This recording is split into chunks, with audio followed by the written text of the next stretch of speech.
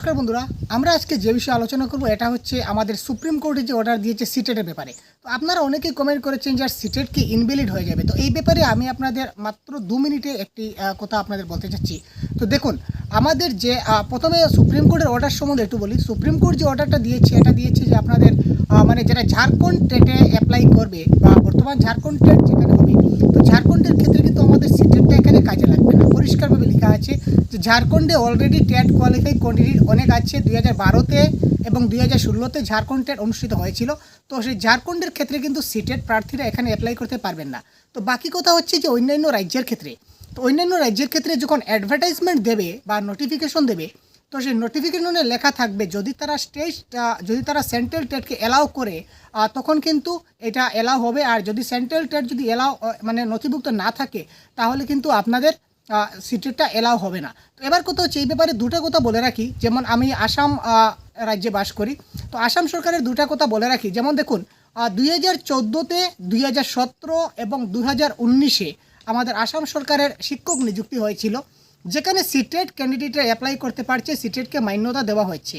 কিন্তু হঠাৎ করে 2021 সালে যারা অন্তর্ভুক্ত করেছে শিক্ষক নিযুক্তির ক্ষেত্রে, তো সেই সময় কিন্তু 2021-এ যে নোটিফিকেশন এসেছিল সেখানে কিন্তু সিটেটকে কোনো প্রাধান্য দেওয়া হয়নি, যার কারণে 2021 সালে কিন্তু সিটেট প্রার্থীরা এখানে অ্যাপ্লাই করতে পারেননি। তো 2021 সালে সিটেট ক্যান্ডিডেটরা কিন্তু বঞ্চিত ছিলেন আসাম শিক্ষক নিয়োগের ক্ষেত্রে। এবং রিসেন্টলি 2024 সালে যে আমরা যেটা দেখতে পেয়েছি অ্যাডভার্টাইজমেন্ট, বর্তমানে ফেব্রুয়ারির 15 তারিখ থেকে যেটা আমাদের অ্যাপ্লাই স্টার্ট হবে, তো এখানে কিন্তু আবার সিটেটকে প্রাধান্য দেওয়া হয়েছে আসাম রাজ্যে। তো আসামের শিক্ষকরা কিন্তু এখানে যারা টেট কোয়ালিফাই সিটেট ক্যান্ডিডেটরাও কিন্তু এখানে অ্যাপ্লাই করতে পারবেন। ইভেন যারা ডিসেম্বর 2024 যেটা আমাদের লাস্ট হয়েছিল আমাদের যেটা 14 ডিসেম্বর এবং 15 ডিসেম্বর যে আমাদের পরীক্ষাটা হয়েছিল, তো সেই 14 এবং 15 ডিসেম্বরের যে পরীক্ষা যারা দিয়েছিল, যারা ক্যান্ডিডেট পাস করেছিলেন, ওনাদের জানুয়ারির 1 তারিখে রেজাল্ট ঘোষণা করা হয়েছিল 1 জানুয়ারি। তো এরাও কিন্তু এই আমাদের টেটে অন্তর্ভুক্ত হতে পারবেন। তারপর দেখুন, আরেকটা কথা অনেক দিন থেকে আমরা মানে শুনতে পাচ্ছি যে এনআইএসের ক্ষেত্রে যে আমাদের এনআইএসের ক্ষেত্রে কিন্তু অনেক কথা কিন্তু আমরা প্রথমে জানতে পেরেছি যে এনআইএস ক্যান্ডিডেটরা যারা এনআইএসে ডিএলএড করেছেন ওনারা সিটের দিতে পারবেন না, ওনারা চাকরি পাবেন না। এই নিয়ে অনেক কথা ছিল, অনেক কেস মামলা ছিল। কিন্তু পরবর্তী সময় দেখা যায় কি এনআইএসকে কিন্তু তারা কী করেছে, এখন বর্তমান সময় ভ্যালিড মেনেছে। তো তখন এই দেখুন, আমি যে বলেছিলাম যে 21-এ কিন্তু সিটেটকে প্রাধান্য দেওয়া হয়নি, আবার 24-কে প্রাধান্য দেওয়া হয়েছে। তার মানে কখন যে কোন স্টেটে কোন সরকার যে কোন মানে ঘোষণা করবে কবে সিটেটকে মান্যতা দেওয়া হবে, কবে সিটেটকে মান্যতা দেওয়া হবে না, সেটা সময় হিসাবে অটোমেটিকলি বলা যাবে। তো আমি আপনাদের সাজেস্ট করবো যে আপনারা সিটেটটা দিয়ে রাখুন, একটা ভালো নম্বর নিয়ে রাখুন। হয়তো এই যে আপনারা যে অ্যাডভার্টাইজ দেখতে পাবেন বিভিন্ন স্টেটের, হয়তো যখন নোটিফিকেশন দিবে তখন দিয়ে দেবে যে CTET pass candidate can apply, যে যারা সিটেট পাস করে আছেন তারা অ্যাপ্লাই করতে পারবেন। আর এখন যদি আপনি ভাবুন যে না স্যার সিটেট তো আমাদের বন্ধ হয়ে গেছে, সিটেট লাগু হবে না, সিটেট দেবো না, আপনি যদি না দিয়ে যদি ঘরে বসে থাকেন, তাহলে এই যখন সুযোগ সুবিধা যখন আসবে তখন কিন্তু আপনি বঞ্চিত থাকবেন, তখন কিন্তু আপনাকে পস্তাতে হবে।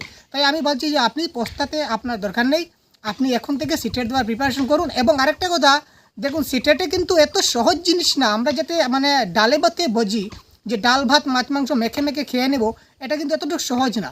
কারণ একটা ডাটা আমি আগামীকালকে আপনাদের দিয়ে দেবো, আমাদের কাছে আছে কিন্তু এখন বানাতে পারছি না, আমি দিয়ে দেবো আগামীকালকে। 11 লাখ প্রার্থী, 13 লাখ প্রার্থী অ্যাপ্লাই করেছিল সিটেট, তার মধ্যে 11 লাখ ক্যান্ডিডেটে পরীক্ষা দিয়েছে। আর পাস কত করেছে জানেন? 1 লাখ। আপনারা দেখলে একদম চমকে যাবেন। অফিসিয়াল নোটিফিকেশন আমি দিয়ে দেবো আমার গ্রুপে, আপনারা দেখে নেবেন।